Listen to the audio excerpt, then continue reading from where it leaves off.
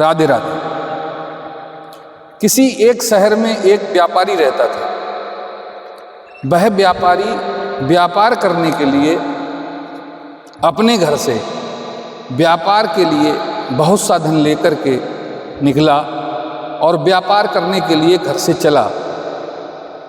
जब वो घर से चला तो उसके पीछे लुटेरे लग गए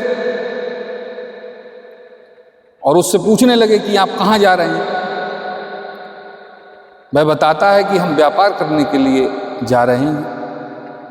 तो कहता है जी व्यापारी तो हम भी हैं, हम भी चलना चाहते हैं, हम भी चाहते हैं आपके साथ ही चले चलें और वहाँ पर चल कर के आपके साथ व्यापार करें।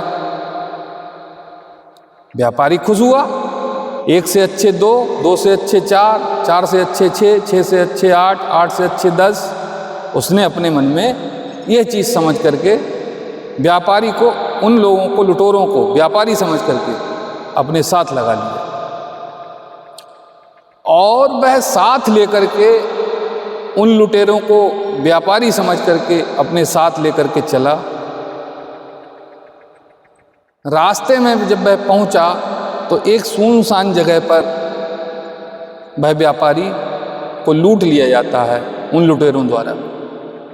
वह लुट जाते हैं व्यापारी जो घर से निकले थे व्यापार करने के लिए, असलियत में उनके लिए लूट लेते हैं वह लुटेरे जो झूठ बोलकर साथ गए थे कि हमें भी व्यापार करना है। कोई बात नहीं, अब वो लूट करके बहुत परेशान होता है। अब भाई लूट जाएगा आदमी तो परेशान तो होगा ही। वह बहुत परेशान होता है। जब वह इतना परेशान हो जाता है उसका गला सूखने लगता है। गला सूख जब ज़्यादा ही जाता है तो उसे प्यास लगती है बहुत तेज की। सोचता है किसी न किसी तरह से कहीं पानी मिल जाए जिससे हम जल ग्रहण कर लें, अपने गले को ठंडक पहुंचा लें। पानी पीने के हिसाब से वह पहले जलकूप हुआ करते थे, कुआं हुआ करते थे। वह उस रास्ते में ढूंढता है तो उसे एक कुआं नजर आता है। उस कुएं में वह पानी तलाशता है कि मुझे पानी मिल जाए और मैं पी लूं। परंतु उसके पास ना तो रस्सी है और ना ही कोई कमंडल है, ना ही कोई बाल्टी है जिसे वो डुबो करके पानी को निकाल ले। ऐसा संभव नहीं है। पानी की गहराई वह आंक नहीं पाता है कि कितने नीचे होगी। वह व्यापारी उस कुएं में झांकता है ये चीज़ देखने को कि पानी कहाँ पर है। उसका पैर फिसल जाता है और व्यापारी उस कुएं के अंदर अभी गिरा नहीं है, गिरने ही वाला होता है तो कुएं के पास एक पेड़ जो होता है उसकी डाल कुएं के अंदर गई हुई होती है। वह व्यापारी गिरते गिरते उस कुएं में उस डाल पर लटक जाता है, उस डाल को पकड़ लेता है। उस डाल को पकड़ करके उसकी सांस में सांस आती है कि जीवन बच गया। सोचने लगता है कि जीवन बच गया, कि हाँ अभी मैं जीवित हूं। परंतु नीचे की सांस नीचे रह जाती है और ऊपर की सांस ऊपर रह जाती है। उसे आंखों में अपनी मौत का दृश्य सामने दिखाई देने लगता है कि बच गए, बाल बाल बच गए, नहीं तो मर ही गए होते। जब वह उस डाल पर लटक जाता है, डाल पर लटकने से कोई प्यास थोड़ी खत्म हो गई, प्यास और तेज लगने लगती है। सोचता है कि ना हो तो नीचे के लिए बढ़ा जाए। नीचे बढ़ना चाहता है।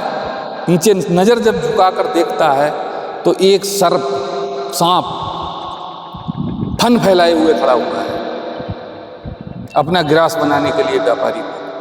व्यापारी को खाने के लिए एक सर्प उसे दिखता है कुएं के अंदर, वो फन फैलाए खड़ा हुआ है कि ये गिरे और मैं इसे काटूं। व्यापारी देख करके फिर डर जाता है। तब वह देखता है कि इस टहनी को पकड़ करके मैं ऊपर चला जाऊं, वापस जाने की कोई जुगाड़ हो तो वापस चला जाया जाए। वह व्यापारी ऊपर देखता है। जब ऊपर देखता है तो बहुत बड़ा मधुमक्खी का छत्ता लगा हुआ होता है। उस मधुमक्खी के छत्ते से, नीचे सर्प है और ऊपर मधुमक्खी का छत्ता है, उस मधुमक्खी के छत्ते को देख करके वह व्यापारी डर जाता है कि अब तो ऊपर भी जाने के लिए। परंतु जिस टहनी पर वह लटका हुआ होता है, उसी टहनी के आसपास मधुमक्खी का जो शहद है वो बूंद बूंद बूंद बूंद बूंद बूंद टपक रहा होता है। उसी व्यापारी के आसपास, ऊपर नहीं, आसपास। उस टपकते हुए शहद को देख करके वह सोचता है क्यों ना इस शहद को अपने मुख के अंदर, अपने मुंह में ले लिया जाए। एक एक बूंद जो टपक रही है, इसी से मेरी प्यास कम हो जाए। तो व्यापारी के कभी दाएं एक बूंद टपकती है तो कभी बाएं एक बूंद टपकती है। तो व्यापारी कभी इस तरफ को मुंह झुका करके शहद को लेता है, कभी इस तरफ को मुंह झुका करके शहद को लेता है और शहद को बड़ा अपने गले को ठंडक पहुंचाने के लिए बड़ा ध्यानपूर्वक एक एक बूंद अपने मुखमंडल में ग्रसित करता है। और एक एक बूंद जब उसकी शहद की उसके अंदर जाती है मुंह में, तो उसे कुछ शांति मिलती है, प्यास से राहत मिल जाती है। और उस शहद को चाटते चाटते देखता क्या है कि जिस डाल पर वह लटका हुआ है, जिस डाल पर वह लटक कर जो शहद चाट रहा है, उसी डाल को दो चूहे कुतर रहे हैं, काट रहे हैं। अब तो व्यापारी कटती हुई डाल चूहों द्वारा देख करके परेशान हो जाता है। इतना परेशान हो जाता है कि अब तो मौत निश्चित है। जब वह इतना परेशान हो जाता है डाल कटती हुई देख करके कि अब तो मौत निश्चित है, इतने में क्या होता है कि वह डाल चूहे काट देते हैं और व्यापारी गड़म से कुएं में गिर जाता है। जब वह व्यापारी कुएं में गिर जाता है तो उसके लिए तुरंत अंदर काल बैठा हुआ है सर्प, वह काट लेता है और व्यापारी खत्म हो जाता है। व्यापारी जब खत्म हो जाता है तो व्यापारी तो खत्म हो ही जाता है। भाई व्यापारी को सर्प ने काटा और व्यापारी खत्म हो गया। भरत जी कहते हैं वह व्यापारी कौन है जिसके लिए इस सर्प ने डसा है? वह व्यापारी हम और आप हैं। वह व्यापारी हम और आप हैं। मधुमक्खी, मधुमक्खी से तात्पर्य है घर की मोह माया, घर का बंधन, ये मधुमक्खी है, मधुमक्खी के समान है।